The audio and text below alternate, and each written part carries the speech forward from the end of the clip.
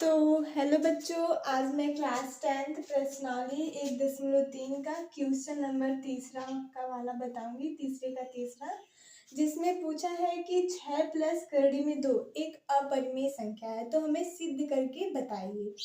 तो आइए हम लोग देखते हैं, इसको सिद्ध करते हैं, क्या ये परिमेय संख्या है या फिर अपरिमेय। तो आइए सिद्ध करते हैं। लिखेंगे माना 6 प्लस करड़ी में 2 एक परिमेय संख्या है। परिमेय संख्या है जिसे हम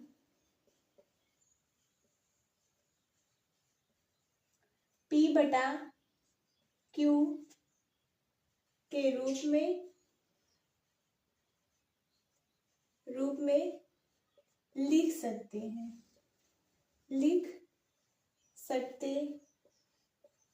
हैं। तब 6 प्लस करड़ी में 2 बराबर P बटा Q, समीकरण 1, फिर कॉमा करड़ी में 2 बराबर P बटा Q माइनस 6, करड़ी में 2 बराबर P माइनस 6 गुणे Q अपान Q। ये हमारा हो गया समीकरण 2। तो अब हम लोग लिखेंगे, अतः समीकरण 2 से स्पष्ट है कि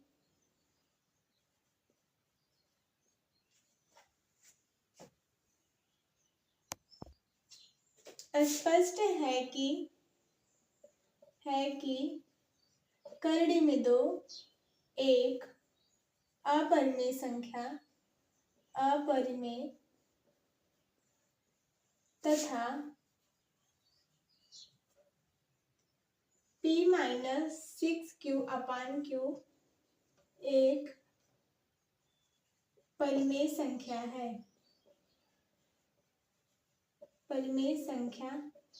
है।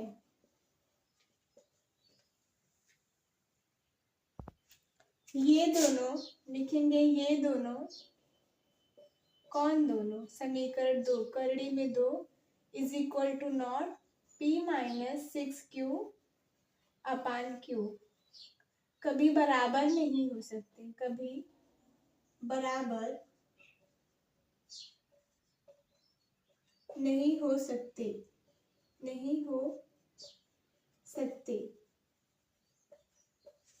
समीकरण 1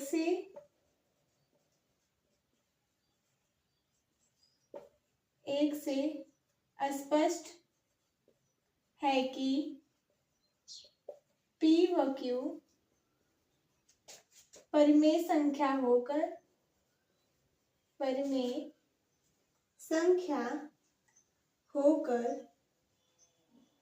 भी अपरिमेय संख्या है, जो हमारी कल्पना के विपरीत है। जो हमने सोचा था उसके ये विपरीत है, जो हमारी कल्पना के विपरीत है।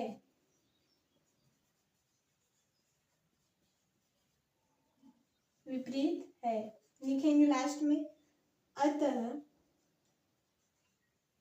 सिद्ध हुआ कि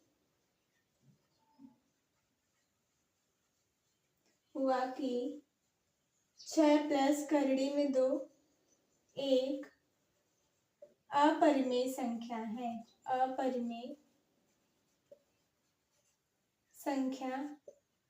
है। लास्ट में प्रूव्ड।